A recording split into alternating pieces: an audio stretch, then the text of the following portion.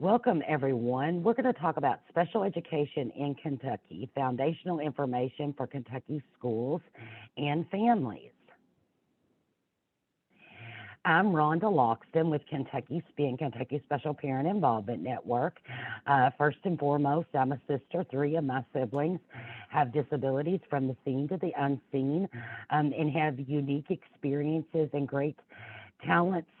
And all three had IEPs through school and are smarter than I could wish to be. I'm also a proud foster adoptive mom to the greatest gift of my life. Shasta?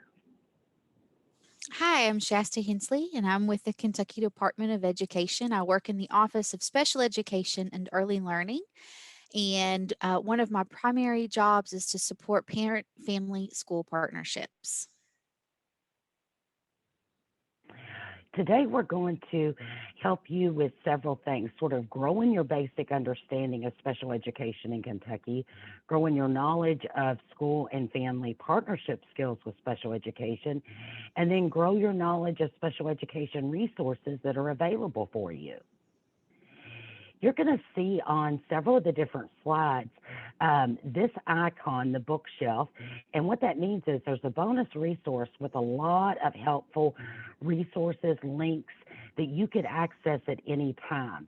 So anytime you see that, that will be on the list that'll be provided for you. Shasta? To start, we're going to talk about how you can grow your basic understanding of special education in Kentucky. One of the important things to consider when thinking about special education are the impacts of policy and regulation. One way to think about this is that there are three layers to regulation and policy and guidance. Starting with the federal regulations and guidance, things like the Individuals with Disabilities Education Act, the Every Student Succeeds Act, offices like that of the Office of Civil Rights or the Department of Justice, and of course the U.S. Department of Education. These agencies and these regulations impact both state and local policies. The Kentucky Administrative Regulations for Special Education Programs are the regulations that govern special education in Kentucky. They support the IDEA. The Kentucky Academic Standards are the content standards for Kentucky students, the minimum things in which students are required to learn. KDE also offers several guidance documents around lots of things concerning special ed. Local policy and procedure is also very important. This is the policies and procedures that occur at the district or school level. Oftentimes, school based decision making councils or SBDM have large impacts on local policies and procedures, as well as the decisions made about curriculum and instruction. In addition, local school districts offer local resources that directly support their students, families, and teachers. And to begin this conversation, we have to start with the IDEA. So, what is the IDEA, or the Individuals with Disabilities Education Act? Essentially, the IDEA Part B is the federal law that gives qualified children with disabilities the right to receive specially designed instruction and related services in public schools. The IDEA applies to children from ages 3 to 21. Through the IDEA, children are assured a free, appropriate public education, or FAPE. The Kentucky Administrative Regulations for Special Education Programs, or the KARs, govern special education programs in Kentucky. Each state has their own set of unique regulations. Again, all support the implementation of the IDEA. Regulations in the KARs cover a variety of special education and related topics. Thinking of local policy and procedure, Kentucky has 171 school districts. Their policies and procedures also support the implementation of the IDA and the KARs. If you ever have questions about your local policies or your local procedures, a great place to start would be to contact your Director of Special Education or your DOS, who are very aware of local policies and procedures that impact your children and their students. So, what is special education? What makes it unique and different? Special education is instruction being a key word that is specially designed to meet the needs of children with disabilities. Public schools are charged with providing special education and related services to eligible students with disabilities at no cost to their parents. The goal of special education is to make sure that each eligible student with a disability is provided equitable access to public education and provided with instruction, supports, and services that help them achieve at high levels. This leads us to thinking about FAPE, or Free Appropriate Public Education. FAPE is highly individualized and is determined by the student's individualized education program, or IEP team. Local school districts are responsible for providing FAPE to students with disabilities. Instruction must be specially designed to meet the specific needs of a child that result from their disability. Each student's admissions and release committee, or ARC team, must make specific decisions regarding the services to be provided. Now let's think about that ARC team, or the ARC. In Kentucky, the IEP team is called the ARC. The ARC works together to develop an individualized and high quality IEP. The ARC includes several members, all with valuable expertise in how the student learns best. Let's look a little deeper at the IEP. The IEP contains information about the child and the educational program designed to meet their unique needs. The IEP sets out a plan for growth and progress in the academic, functional, social, and emotional areas that are impacted by their disability. IEPs are documentation of the decisions made by the ARC.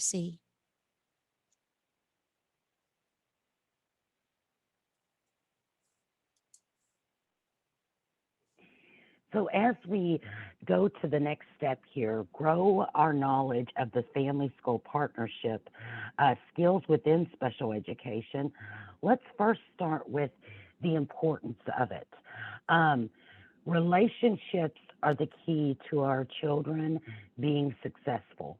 And looking at everyone's role in it and how we build that relationship and have meaningful two-way communication and respect for one another. Looking at, you know, what are each of our strengths and what we bring to the table, just as we look at our child's strength, our students' strengths, building that partnership. And it goes way outside of just at the ARC meetings, and really working together, because the more we build the partnership, the better our children are going to do and they're going to succeed. And always, first and foremost, with our student, our child at the center of everything, and looking at the two-way communication. Um, when there are concerns, um, even if you do not agree with one another, the communication is going to be a critical part in building that relationship for our children to be successful. Celebrate, celebrate those accomplishments. Look at areas that we can all grow in. Um, we all have areas, just as, yes, it is going to be our child or student at the center of it, but we need to look at the areas not just for them to grow, but each of us. So we learn from one another. And that's the great thing about building a partnership and the relationship, is because each of us bring unique talents to the table, regardless of your role as an ARC member. Looking at the short and long term goals, strengths. The strengths are going to help you with areas, our children are no different than we are, right? I use my strengths all the time to help me with the areas that I need to work on. So, doing that and looking at the value that everyone brings to the table. and really looking at what's working and what's not, and how can we work together and be and solve this. Because a true partnership is all of us solving when things aren't working together.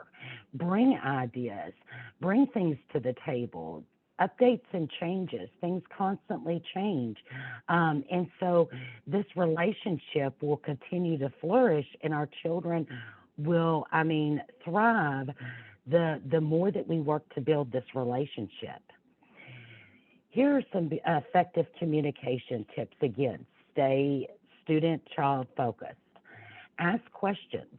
I'm the one that I ask all kinds of questions, not to be annoying, but so that I understand. Because if I don't understand, I can't help my child. If I don't understand, I can't help other children, other families. Um, and be an active listener. Now, I have to work on this very hard because I am a little OCD about stuff where I'm trying to remember everything, the important things in my mind. I'm trying to, at the same time, when someone's talking, I have to purposely stop myself so that I actively listen. Because if I'm in my mind trying to think of what I'm going to say next or what I didn't want to forget, I'm not really hearing them. And I don't know about you, but when I talk, I want people to hear me. And we don't do it to be disrespectful, right? We do it automatically even when we don't even realize. So I have to be very purposeful, and I'm a work in progress in working on that. And showing value and respect to other members of the team. This is critical. Um, and, even when you don't agree, you must show value and respect for one another, because that is the key to all partnerships and relationships. And if we're staying child student focused, because we need to, even if we don't agree, or we may not, we all have bad days ourselves, right? But we cannot let that, everybody deserves value and respect. And be honest. You can be honest, but be respectful. Um, do so, and it's very critical, just like asking questions. It's very critical to be honest with one another. Sometimes I think that we tend to not want to bring up or be honest about the areas that we're struggling in, whether what role that you're in, or struggling to help our child or our student. But be honest. Well, we tried this, but it didn't work. Um, a true partnership is not about, well, you didn't do that. A true partnership is, how do we work together to support one another so that we can try it again and it worked the next time, right? Or try a different method. Allow discussions and disagreements. Disagreements can be a good thing. And I know you're like, okay, really, Rhonda? Okay, because here's the thing, everybody comes to this at a different perspective, different expertise, different knowledge, um, different strengths that they bring to the table. So allow to talk through it. What's critical here is, don't be closed off. Like, no, that's, no, we're just not going to do that. Because if you don't allow discussion and seeing it from other areas too, because we see things based on what we know. So you need to allow discussion, but also through disagreements. You just can't shut down, because that is not going to, in the end, help our child or our student best. So talk through those things. It doesn't mean that you're going to alter in what's important and what you feel is important and critical for your child or for your student, but allow those things to take place. Again, respect cultural differences. That's the wonderful thing about all of us, is we all have unique cultural um, experiences, things that we bring to the table that makes us wonderful. So we need to be respectful too. Just because it may not be what we're used to, we need to respect one another and focus on the strengths. Just like we do with for our child and for our student, also focus on strengths for one another as a member of the team, because that is going to build a strong family partnership and relationship that is going to last. Be complimentary. That is going to be key because we everybody, regardless if it's about our child or our student or what it is, we always hear the bad things first, right? So what we want to do is take those opportunities because there are always good things going on. Even when we have struggles or our child is having struggles or our students are having struggles, look for those positives. Compliment because that's going to make a world of difference. Because nobody, I don't know about y'all, but no matter what area of my life, it's never the good things you hear first. It's no different. If you're a parent, it's no different.